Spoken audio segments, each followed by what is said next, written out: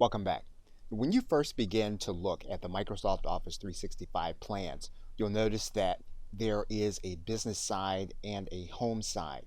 If you look at the home side, you'll notice that Microsoft states that the home version is licensed for home use. However, if you click over to the business side and you scroll all the way down to the bottom, you'll notice that all of the plans are licensed for commercial use. And what this means is that substantively, all of the core applications are going to be the same. However, the business version now offers 24/7 phone and web support.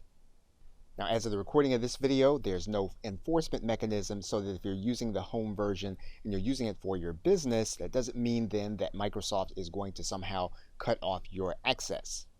What it basically means is that when you have a business version, you have an avenue to work through different issues that may arise with the use of your Office subscription. The first level of that support is going to be automated. If the automated assistant cannot help you, then you'll be routed to leave messages with the support team.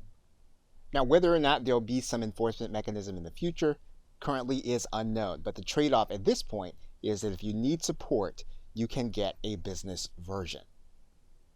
Okay, so with that, thanks, and I will see you in another video.